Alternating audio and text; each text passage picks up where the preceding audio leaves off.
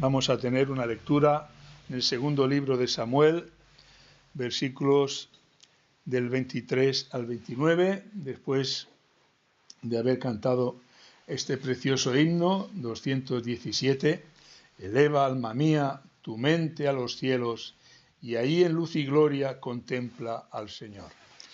Que el Señor nos ayude en esta noche para que eso sea una realidad, podemos contemplar su rostro y su hermosura. Segunda Samuel, capítulo 7, versículos del 23 al 29. Dice así el Señor en su palabra. ¿Y quién como tu pueblo, como Israel, nación singular en la tierra? Porque fue Dios para rescatarlo por pueblo suyo y para ponerle nombre y para hacer grandezas a su favor y obras terribles a tu tierra por amor de tu pueblo que rescataste para ti de Egipto, de las naciones y de sus dioses. Porque tú estableciste a tu pueblo Israel por pueblo tuyo para siempre. Y tú, oh Jehová, fuiste a ellos por Dios. Ahora pues, Jehová Dios, confirma para siempre la palabra que has hablado sobre tu siervo y sobre su casa, y haz conforme a lo que has dicho. Que sea engrandecido tu nombre para siempre, y se diga, Jehová de los ejércitos es Dios sobre Israel. Y que la casa de tu siervo David sea firme delante de ti. Porque tú, Jehová de los ejércitos, Dios de Israel, revelaste al oído de tu siervo diciendo, yo te edificaré casa. Por eso, tu siervo ha hallado en su corazón valor para hacer delante de ti esta súplica. Ahora pues, Jehová Dios, tú eres Dios, y tus palabras son verdad, y tú has prometido este bien a tu siervo. Ten ahora a bien bendecir la casa de tu siervo, para que permanezca perpetuamente delante de ti, porque tú, Jehová Dios, lo has dicho, y con tu bendición será bendita la casa de tu siervo para siempre. Amén. Señor, bendiga su palabra. Qué precioso texto, ¿verdad? ¿Os habéis dado cuenta? Qué precioso texto. Sí, estaba mirando, es David, el siervo es David. Sí. El siervo David. Es el pacto de Dios que hace pacto de Dios con David. Es el establecimiento de David como rey de Israel. A pesar de los pecados. Y hermanos, ¿os dais cuenta que lo que ocurre con David es lo que ocurre con nosotros? Dios ha hecho un pacto con nosotros. Es Dios quien hace la obra. Nosotros, como aquí dice David, no tenemos nada, pero nos basamos y nos apoyamos en lo que Dios hace. ¿Y estáis de acuerdo conmigo que en lo que nos falta es más conciencia de esa realidad? ¿Qué es lo que dice David aquí? Versículo 23. ¿Quién como tu pueblo? ¿Quién como tu pueblo? Como Israel, nación única, nación singular en la tierra. ¿Quién, hermanos? ¿Quién como tú? ¿Quién como tú? Por quien Cristo ha muerto en la cruz del Calvario. Y si Dios por ti, ¿quién contra ti? El problema era David y su pecado. El problema soy yo y mi pecado. El problema eres tú y tu pecado. Pero aquí lo que vemos es la obra de Dios, no es la obra de David. Porque David no tiene ninguna obra. Tiene la obra que Dios ha hecho en él.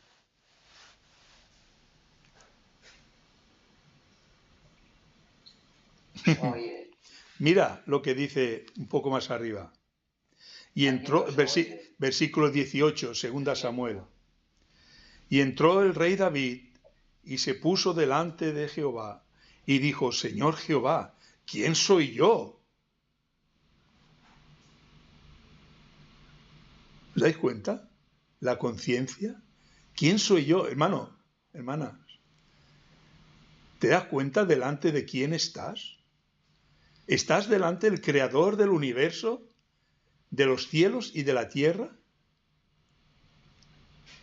¿Os dais cuenta cuánto nos cuesta entender y discernir esa profunda?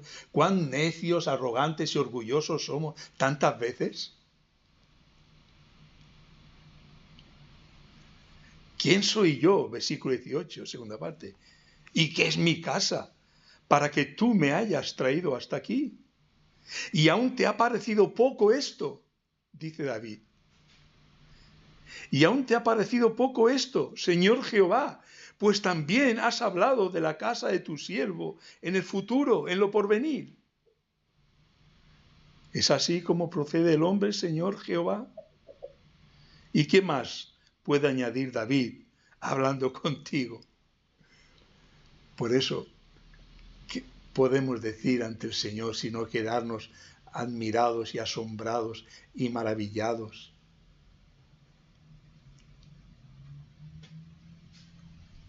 ¿Qué más puede añadir David hablando contigo? Pues tú conoces a tu siervo. Tú conoces a tu siervo. Qué iluso, ¿verdad? Pretender esconder algo delante de Dios, pretender aparentar algo delante de Dios, cuando Dios conoce lo más profundo de las intenciones de nuestras mentes, nuestros corazones. Pues tú conoces a tu siervo, Señor Jehová. Todas estas grandezas has hecho por tu palabra y conforme a tu corazón, haciéndolas saber a tu siervo. ¡Wow! Hermanos, hermanas. Nuestra fe tiene una sólida base. Es la palabra de Dios. Dios nos ha hecho saber sus planes, sus propósitos, su pacto, su amor, su gracia.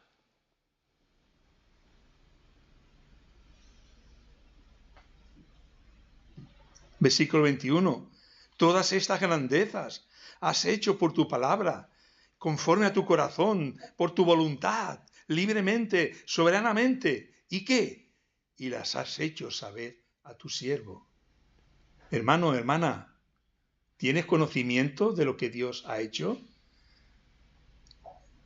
¿Tienes conocimiento realmente? ¿Creces en la gracia y el conocimiento de nuestro Dios? Como dice Pablo, el autor de la carta a los Hebreos, debiendo ser maestros, todavía se nos tienen que enseñar los primeros rudimentos, porque somos como niños. Es importante, es necesario que crezcamos en la gracia y el conocimiento. Y en el versículo 23 dice David: ¿quién como tu pueblo? ¿Quién es tan grande privilegiado? ¿Quién es tan grandemente bendecido? Hermanos, ¿cuánto necesitaríamos meditar y reflexionar para asumir más y más y más estas tremendas realidades que Dios te ha hecho saber? Que Dios te ha hecho saber. Claro, Dios se revela a su pueblo, pero hoy que tenemos la bendición de poder tener en abundancia la revelación suya de forma física, material, una versión, otra versión y multitud de versiones, que podemos devorar la palabra de Dios, que podemos... ¿Cuánto necesitamos para saber más y más? Más y más. Porque fíjate lo que dice en el versículo 27. Nosotros estamos aquí esta noche, llamamos a esto una reunión de oración. El pueblo de Dios ora ¿en base a qué? En base a ese conocimiento. cuando oramos y pedimos y rogamos a Dios, lo hacemos en base a ese conocimiento. No estamos porque nos parece bonito, bien, agradable, porque a Dios le gusta o no le gusta. No, oramos porque Dios nos ha enseñado, nos ha dicho, nos ha instruido, y tenemos, versículo 27, porque tú, Jehová de los ejércitos, Dios de Israel, revelaste al oído de tu siervo, diciendo, yo te edificaré casa. David, el Señor revela a David el propósito para la vida de David. Y el Señor te revela a ti si tú lo buscas, porque el Señor tiene un propósito para tu vida. Uno general para todos. Todos debemos buscar la gloria de Dios. ¿Cuál es el fin principal del hombre? Glorificar a Dios y gozar de Él. Pero el propósito personal de cada uno, desde que tenemos uso de razón, desde que conocemos al Señor, ¿cuántas veces nos hemos equivocado? ¿Cuántas veces hemos hecho lo que Dios no quería que hiciéramos? Porque no hemos prestado atención, porque no sabíamos. Mira lo que dice David en el versículo 27. El Señor le revela y le dice, yo te edificaré casa. Por eso dice David, tu siervo ha hallado en su corazón valor. ¿Quién eres tú? ¿Quién soy yo para acercarnos al trono de la gracia? ¿Quién eres tú para acercarte ante el Dios santo, santo, santo, creador del universo? David lo dice. La base para pedirle a Dios, la base para clamar a Dios, es que Dios le ha revelado un propósito para su vida. El Señor le ha dicho, yo te edificaré casa. Dice, por eso tu siervo ha hallado en su corazón valor para hacer delante de ti esta ¿qué? Esta oración, esta súplica. ¿En base a qué? A lo que Dios le había dicho a David. David se presenta ante la majestad de Dios, ante el trono de su gracia, en base a lo que Dios le ha revelado para su vida. Y tú y yo tenemos que presentarnos delante de Dios en base a lo que Él nos ha revelado para nuestra vida personal. Están los temas generales que nos afectan a todos por igual, pero están los temas particulares. ¿Qué es lo que quería Dios de cada uno de nosotros? Yo hubo un momento, hoy lo comentaba también con María y con mi nieta en casa, hablando un poco de mi experiencia, ¿no? Yo era profesor de autoescuela, enseñando a conducir, me encantaba mi profesión, me encantaba mi trabajo, disfrutaba, pero estaba vacío, estaba mal. Y hablé con el pastor y me pasa esto. Me dice, eso es vocación, eso significa que Dios te llama para eso. Y si a uno Dios le da el don de incontinencia, pues igual le llama que no se case. Y si no le da el don de la incontinencia, lo llama que se case. Y si lo llama que se case, le dice con quién tiene que casarse. Y si tiene hijos, le dice cómo tiene que educarlos. Y, ¿entendéis? Dios tiene un propósito para nuestra vida. Y nosotros vamos a Dios en base a eso que Dios nos revela en su palabra. Y hemos cantado ese himno 217, eleva, alma mía, tu mente a los cielos. Allí en luz y gloria contempla al Señor. No temas, humilde, llegarte a su trono, porque es trono de gracia. ¿Qué nos dice Hebreos capítulo 10? Es trono de gracia. ¿Por qué nos acercamos al trono de gracia? Porque Él nos invita. Hebreos 10, versículo 19. ¡Wow! ¡Qué maravilla! ¡Qué maravilla! Así que, hermanos, teniendo libertad para entrar en el lugar santísimo, la estrofa 2 del himno que hemos cantado, temiera Dios mío, si en propia justicia osara apoyado llegar hasta ti. Mas ahora tú misma, justicia soy hecho en Cristo que ha dado su vida por mí. Por tanto, hermanos, teniendo libertad para entrar en el lugar santísimo por la sangre de Jesucristo, por el camino nuevo y vivo que Él nos abrió a través del velo, esto es de su carne, y teniendo un gran sacerdote sobre la casa de Dios, acerquémonos, nos dice el Señor.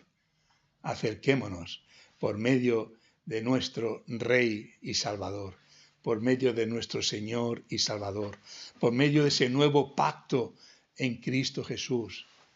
Él nos hace posible que podamos acercarnos al mismo trono de la gracia de Dios, ante el Dios santo, santo, santo. Acerquémonos con corazón sincero, en plena certidumbre de fe, purificados los corazones de mala conciencia, puesto que ya somos perdonados. No nos acercamos por nuestra justicia, por nuestros méritos, por nuestros valores. Nos aceptamos por medio de la sangre de Jesucristo. ¿Y qué nos dice versículo 23, 10, 23, Hebreos? Mantengamos firme esa realidad. Nos mantenemos firmes en esa realidad, que nos trae gozo, que nos trae paz, que nos trae seguridad. Porque Dios es el único Dios, porque Dios es un Dios verdadero, porque Dios es un Dios fiel. Mantente firme, sin fluctuar, en esa verdad, en esa esperanza, porque fiel es el que prometió. Fiel es el que prometió. Y en 2 Samuel, que hemos leído, el versículo 28, primera parte, dice, después que dice David, por esto tu siervo ha hallado en su corazón valor para hacer delante de ti esta súplica, porque tú se lo has dicho, porque tú se lo has revelado. Ahora pues, sigue diciendo David, versículo 28, Jehová Dios, tú eres Dios, tú eres Dios, tú eres Dios, el único Dios, y tú eres verdad. Por tanto, lo que David ha recibido, en la promesa que ha recibido, en las profecías que ha recibido, David puede descansar, porque ese es Dios y no hay otro Dios, y porque Dios es la verdad y no miente. Tus palabras son verdad, y tú has prometido este bien a tu siervo. ¡Wow! No es Diego quien te está prometiendo nada, no es un pastor, no es una iglesia, es Dios. Es Dios quien te está prometiendo, es Dios quien te ha hablado, es Dios quien se ha revelado, es en Él el quien tienes que permanecer firme, confiar y descansar.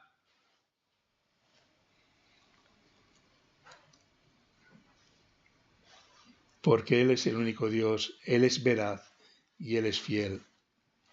Dice en Hebreos también, capítulo 4, también hablándonos del trono de la gracia, versículos del 14 al 16. Por tanto, teniendo un gran sumo sacerdote, lo que se nos ha revelado, lo que se nos ha enseñado, Dios nos amó de tal forma que ha enviado a su Hijo. Hebreos 4:14. Por tanto, consecuencia, teniendo un gran sumo sacerdote que traspasó los cielos, que ha venido, que ha muerto, que ha resucitado, que ha ascendido a los cielos, Jesús el Hijo de Dios, retengamos nuestra profesión, porque no tenemos un sumo sacerdote que no pueda compadecerse de nuestras debilidades, sino uno que fue tentado en todo, según nuestra semejanza, pero sin pecado. Acerquémonos, pues, confiadamente al trono de la gracia, para alcanzar misericordia y hallar gracia para el oportuno socorro. Acerquémonos confiadamente, porque Él es Dios, y Él es verdad, y Él es fiel, y podemos descansar y confiar en Él.